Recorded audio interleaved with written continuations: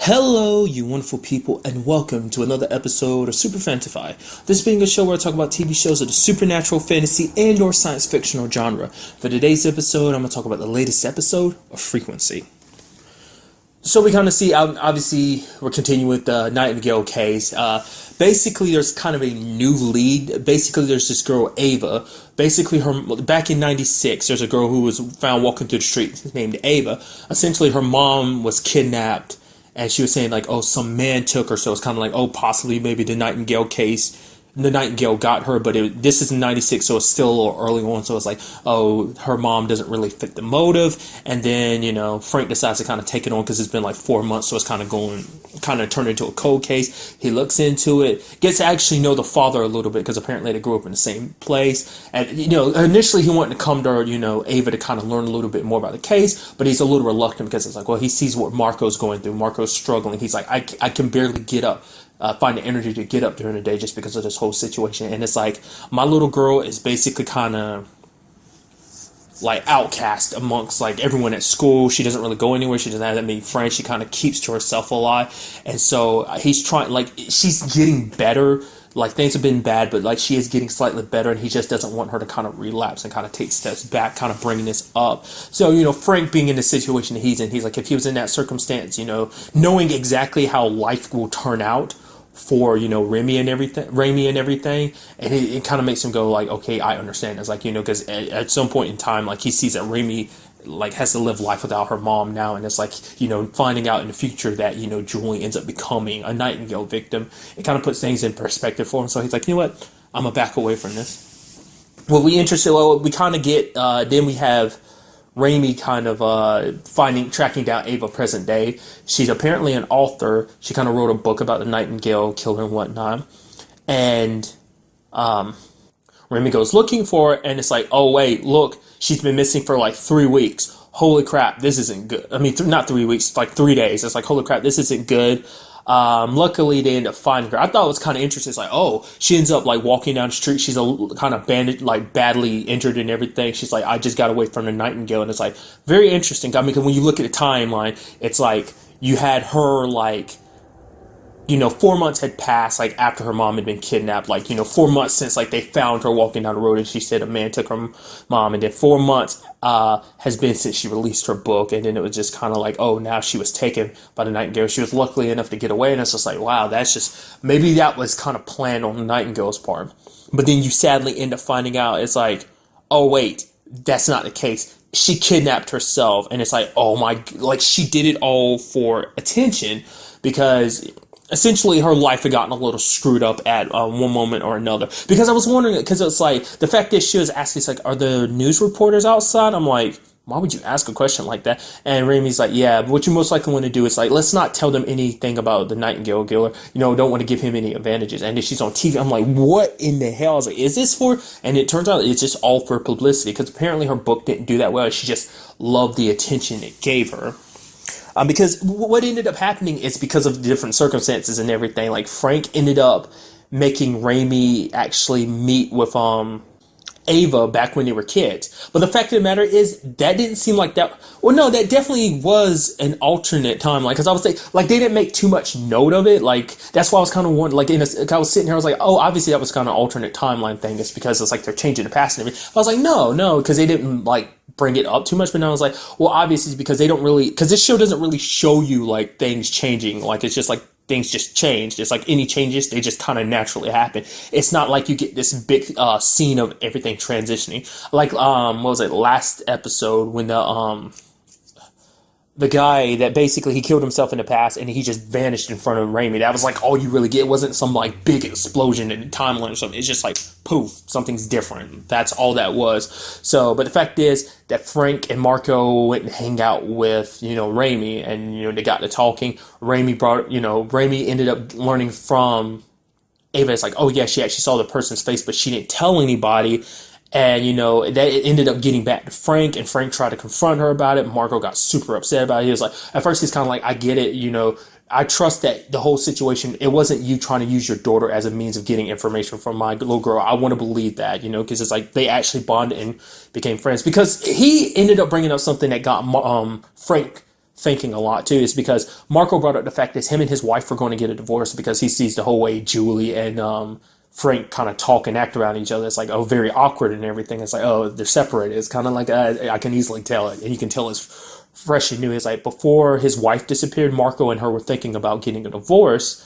But now, when it's all said and done, he's kind of like, it's one of those, like, he kind of wonders why they were even fighting in the first place. Because it's like, if he knew what he knew now, like how much little time he had left with her, he would have, taken that opportunity to, enjoy that time. It's because like you kind of forget that life is very unexpected. A lot of stuff can happen. So he wishes he could go back and kind of make it up to her. Just like try to enjoy that person, especially like knowing something will happen to them. You got to enjoy that time with them. But it's like you don't know. But in Frank's case, he does know. He knows something's going to happen to Julie, and it's kind of.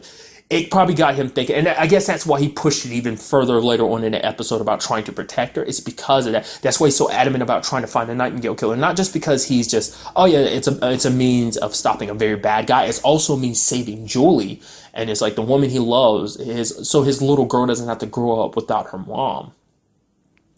And that motivates him. So why he was kind of pushing a little hard to get information.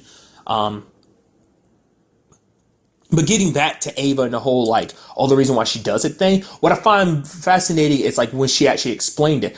Like, initially, because, like I said, she told Raimi that she did see the guy's face, but then when it came to her dad and Frank, she didn't say anything. Now, she admits that the reason why she didn't say anything then was because, at first, it was because she was scared. But then eventually, it's because she got a lot of attention from it. It's like, oh, by not saying anything, a lot of people are talking to her. So it's like she actually... It gained her a bit of an attention, got her a lot of attention. And I guess that's why she ended up kind of going down the path that she did, is because it's like, oh, she noticed all this special attention she was getting. And it just, I get like that tragedy kind of warped her mind. And it's like she tried, I guess in a twisted way, she tried to make something good come out about this very bad thing in her life. She was very apologetic about it, but it's like, it's something interesting that, Satch kind of brings up later on in the episode when he kind of tells Raymond, he was saying like, she's so focused on looking in the past that she wasn't able to kind of look forward to her future and see what she's got here in her life right now.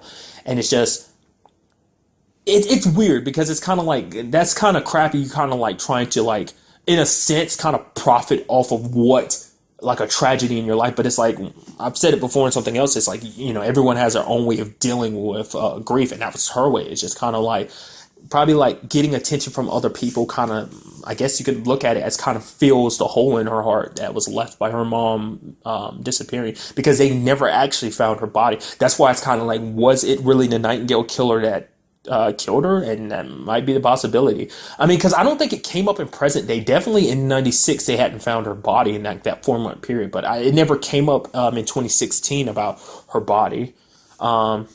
I'm sure for, definitely for her, Ava, she ended up feeling even worse about it, because it's like, well, the fact is that her lie affected, Raimi a lot, because she, found out later. It wasn't until after she had already committed all this crap that, like, she'd already, like, kidnapped herself. I mean, she went as far as, like, setting up the scene, getting her blood everywhere, kind of scraping herself up. She got those cuts and bruises, and then even going as far as starving herself for a couple of days just to prove that she was kidnapped. But, once she was in the hospital, she ended up finding out about, like, oh, Raimi's mom was one of Nightingale's victims. But that still didn't stop her from kind of going out there and spreading that lie in the, to those reporters and everything. So I guess it did kind of eat away at her, because it's like she realizes that she was kind of, a tragedy. Yes, it affected her, but she was also kind of using a tragedy that affected other people for her own gain. So, and side note, I just kind of, because I got to do this thing.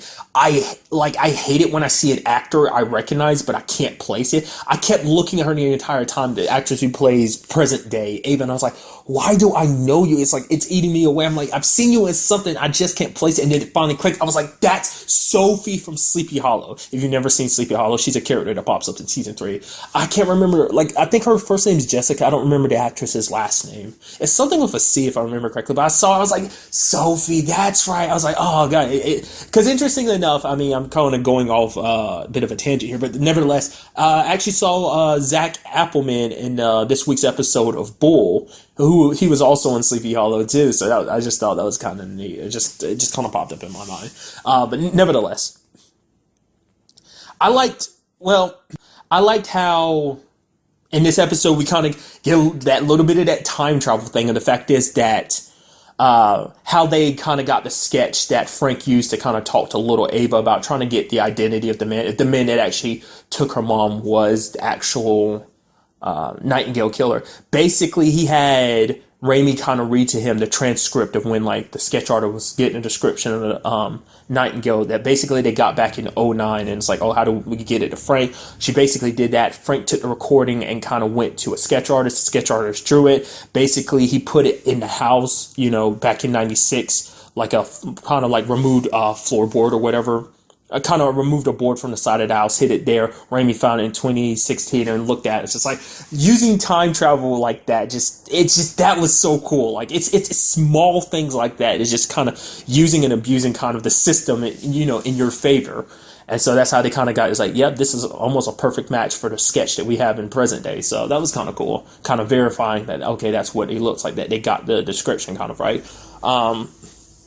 You kind of see it pop up a little bit in kind of more funnier ways with the whole situation. Because you have Gordo in this episode bringing up the fact is that, hey, Raimi, you need to get laid. And then I love how the entire conversation is happening while she's, talking to her dad on that line. And he kept, Gordo being drunk and everything. It's like, hey, you nerds, you up here nerding it up on the hand radios and everything. It's like, come on. Telling her to get out. She needs to go on dates and stuff like that, bringing up Tinder. And then afterwards, like, Frank is, having to awkwardly have listened to that whole conversation. Like, so what's Tinder? He even brought up the fact is that, because, Raimi was able to get some information pretty quickly. He's like, oh, how were you able to do that? Go through the files that quickly. She's like, oh, it's all on the internet. He's like, oh. He's like, I didn't know dial-up was that fast, and she didn't really give him a response. But that is something that I'm surprised hasn't really come up. I mean, I guess considering the situation, Frank's mind isn't there. But, most people, it's kind of like, hey, using the future knowledge that you do have to kind of make your life a little better in the past. I'm surprised that hasn't come up. But like I said, because of current circumstances, it does make you wonder that when it's all said and done, will Frank kind of try to use that to his advantage? I mean, will the show even allow him to kind of do that? Because, she is being smart about it because she isn't letting him in. I mean, maybe that's also coming from a daughter perspective. Like, I'm not literally about to explain Tinder to my dad, but it does put, it kind of makes you wonder, like, she is probably trying to keep the timeline somewhat stable by not mentioning stuff from the future. It's like, because she'd have to break everything down. Like, yeah, it's this app for dating. It's like, oh, dating online? Wait, what? What's an app? It's this thing with cell phones. Cell phones, what? I mean, granted, I don't know. Maybe there probably were cell phones back in '96. I don't know. I don't really know the history of cell phones. There might have been old school cell phones back in the day, or something similar to what would have been a cell phone equivalent back then. You get the point I'm trying to make. But I kind of skipped over it. But another reason why Ava kind of hid away the fact is of what was happening with her dad. I mean, her mom, was because she was trying to hide the fact is that her mom was actually having an affair and didn't want to hurt her dad. So that was another big reason why she kept the whole killer's identity a little bit of a secret. Essentially, her mom would kind of take her along anytime she went to go see her lover, just because that kind of didn't make it seem as sketchy that she was constantly leaving all the time. So basically, she had Ava, I was about to say Raimi, Ava go off and play, and then go over and meet her lover. But it's not that her lover is the Nightingale killer. But what happened is that every so often Ava would see a particular car kind of pass by, and kind of and recognize that person because she saw them over and over again. So when that person took her mom, that's when she recognized it. It's like, oh, it's this person in this particular vehicle.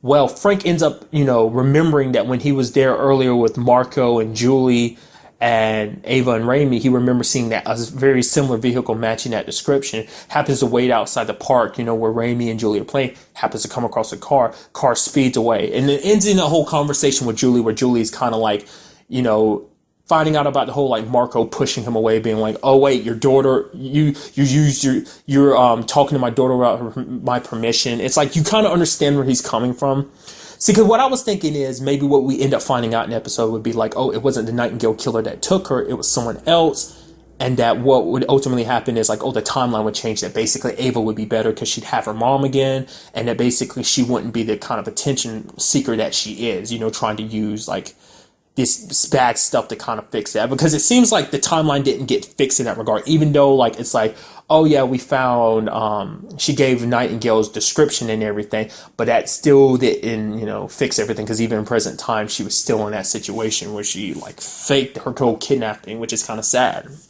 Not just kind of sad, it's really sad. It's just kind of her way of compensating, I guess. But getting back to it, the whole situation with Julie is just kind of like, I can't believe you're doing this. You're going a little crazy. What's going on is like, you can't expose, because she kind of thought along the same lines as Marco. It's like, you're using our daughter for investigation purposes. It's like, it's not like that. He legitimately did the whole thing because it's like Marco was in a bad spot and he just wanted to kind of give Ava a friend, because she was very secluded and not really talking to a lot of people. So that was kind of like his way of trying to help her, as well as helping Marco kind of get out of the house, feel a little bit better, kind of being there for him.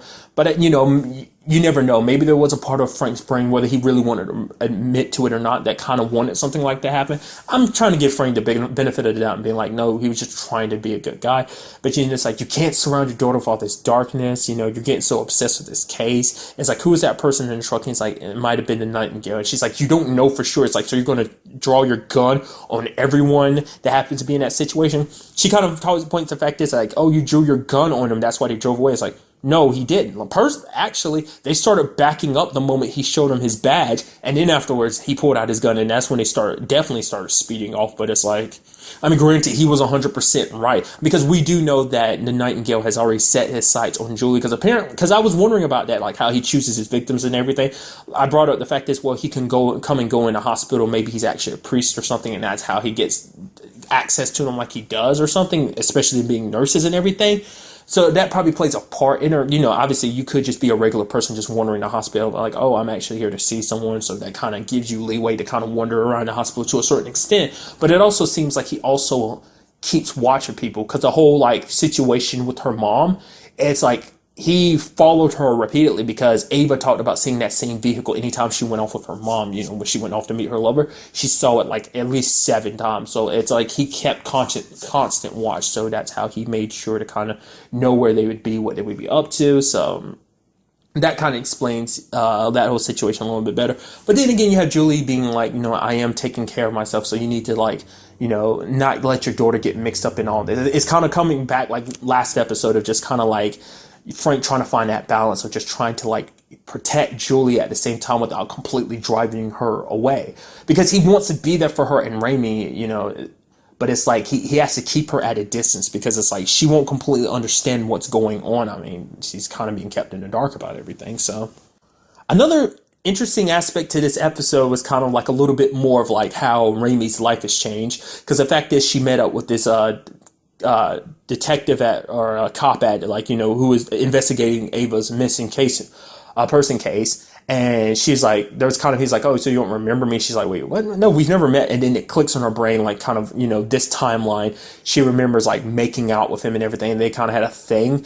And it just kind of made things a little awkward for her, because it's like, it's awkward for him because it's like, oh, you never called me back, so what was up with that? It's even more awkward for her because she's like, I slept with a guy that I don't even know. I don't remember you, because for me, that never really happened, but technically it did because of the whole timeline and everything. So that was kind of interesting.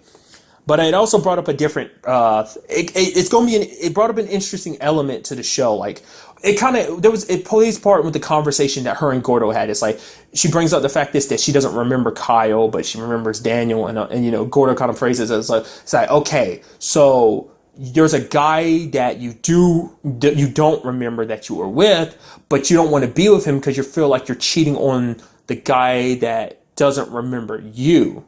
It's like, that's kind of weird, but that was kind of her thing, and it kind of makes sense, because it's like, for her, Daniel's still her significant other. Like, he was going to be her fiance. He was even going to propose to her. So it's just kind of like that relationship. It's like they were together for like 2 years, and so it's like, just because he doesn't remember her doesn't change the fact that she remembers him and the time they spent together, and that the love she feels for him and the love he felt for her. So that's not just going to go away simply. But, she actually finally talked to Frank about it, brought up Daniel and everything. And then Frank kind of brought it to her attention, like, after kind of tying what Sat said, basically, like, so focused on the past, you have to live your life and look toward the future. Basically saying, like, you got to prepare yourself. Now, I'm not saying I'm not going to try my best to fix everything. Like, I'm not going to let your mom die, but you still got to brace yourself that everything may not, even when it's all said and done, Nightingale's taken care of and your mom's still alive. There's no guarantee things will actually go back to the way they were in the original timeline. That basically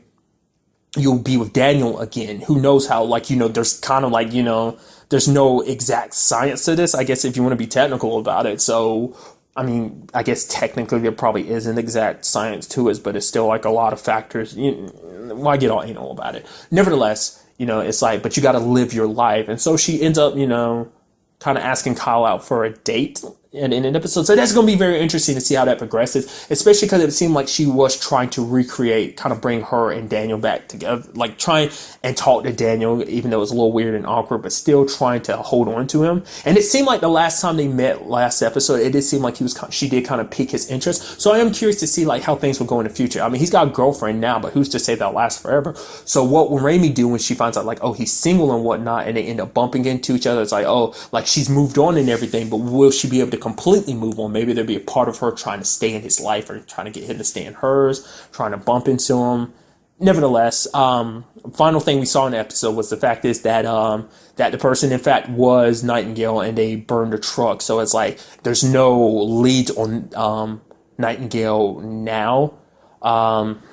It's that was kind of their only lead for Nightingale, but it's that's no longer a possibility now. What's very interesting to me also is, that even with it all said and done, remember, I brought up, Ava's whole situation, how it didn't really change. Because we saw it kind of spark a little bit in 96. Because she's like, Daddy, are those reporters out there? He's like, oh, yeah, baby, we don't have to talk to them if we want to. She's like, no, it's okay. So kind of sparking okay, she's still going to go down that route. Like I said, she was a kid at that time. So maybe, that was kind of her defense mechanism for it. So maybe that kind of defense mechanism followed her into her old age. Just overall, a very interesting episode. I'm just very intrigued to see where everything goes. It's you're one step closer to Nightingale, but now it's they've kept, like I said, with the whole burning his car thing, it's they've taken 2 steps back now. So, but it does seem like they are possibly getting closer. They are slowly closing in. So it's going to be interesting to see where the show goes from here.